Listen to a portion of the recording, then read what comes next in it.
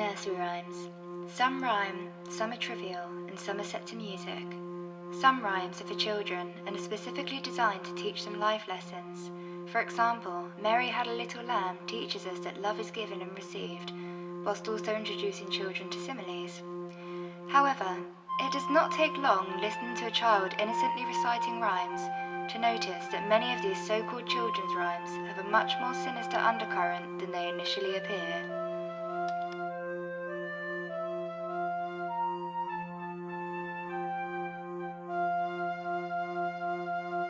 In more repressed times, such as during the reign of Mary I, people had no freedom of speech for fear of persecution, and even talking about current events could be punishable by death. As a result, carefully concealed rhymes were constructed and shared in attempts to parody public figures and events.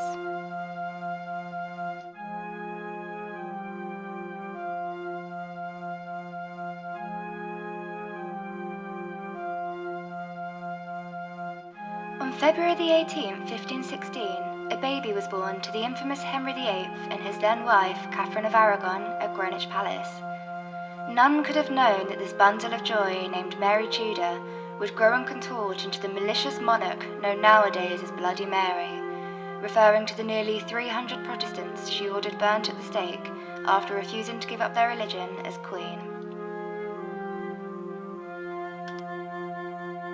Mary was a well-educated lady, able to both read and write Greek and Latin, understand Italian, and proficiently speak Latin, French, and Aragonese Spanish.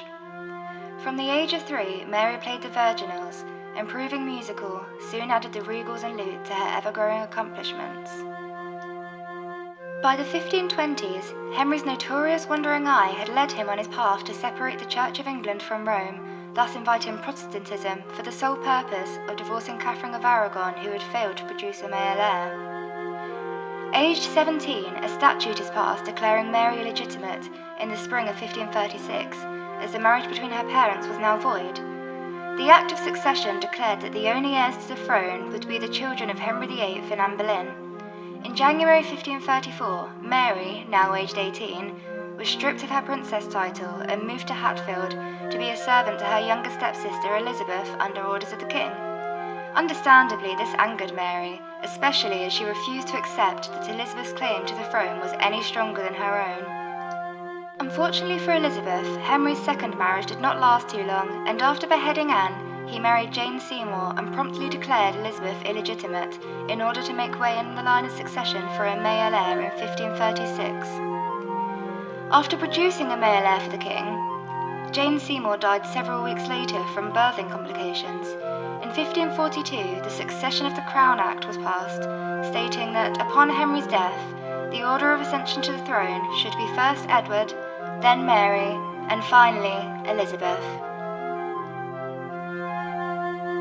5 years later, Henry died, and the rule of England fell to his 9-year-old son. Sadly, Edward soon followed at the meagre age of 15 in 1553.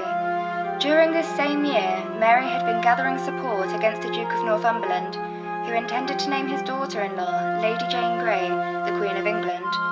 Large numbers of supporters rallied around Mary at Kennington Hall in Norfolk with supplies and weapons. On the 10th of July, Lady Jane Grey was proclaimed Queen and moved to the Tower of London. Despite Northumberland controlling London, many still supported Mary. Consequently, on July the 17th, when the Duke marched an army 3,000 strong to Cambridge to stop Mary, he was met by numbers far greater than his own and was swiftly defeated, arrested, and held in the Tower.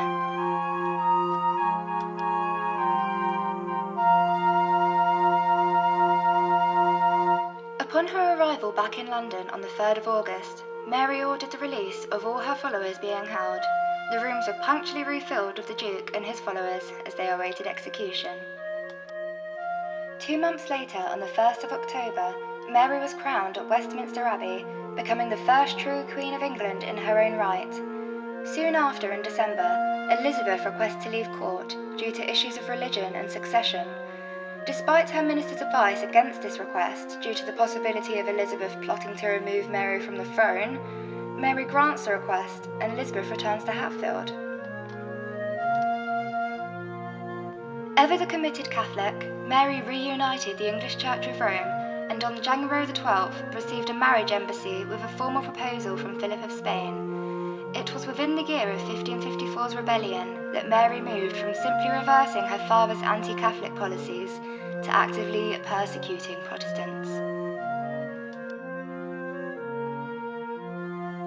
Unhappy with the prospect of marriage between the two, rebellion groups were rallied around England.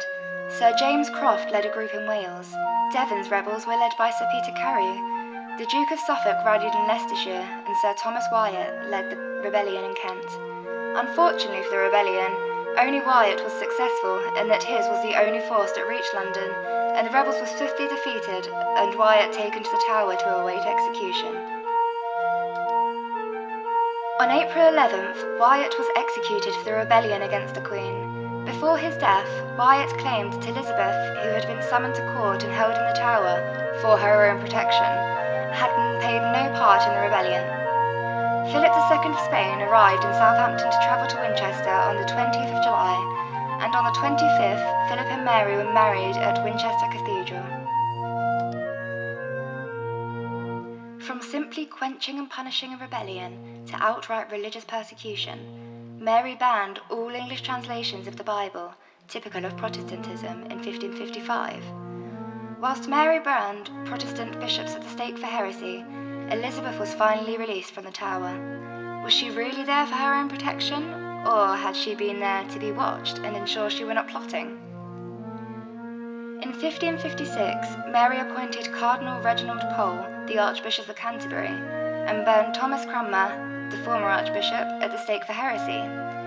This is also the year in which Philip became King of Spain and left England never to return. Mary's marriage to Philip II was unpopular to say the least, partly due to the consequent loss of Calais, England's last possession in France, following a war in France that Philip convinced Mary to declare as an ally of Spain. Despite 2 false pregnancy proclamations, Mary never bore a child, and ultimately would die with no heir. On the 8th of November 1558, Mary declared Elizabeth her successor and waited to succumb to her death. Mary died aged 42 years, 8 months and 29 days on November the 17th, 1558, was buried at Westminster Abbey in Henry VII Chapel. Interestingly, despite gaining the nickname of Bloody Mary, the malicious monarch executed far less people than her father, Henry VIII, who had favoured violent and vicious executions.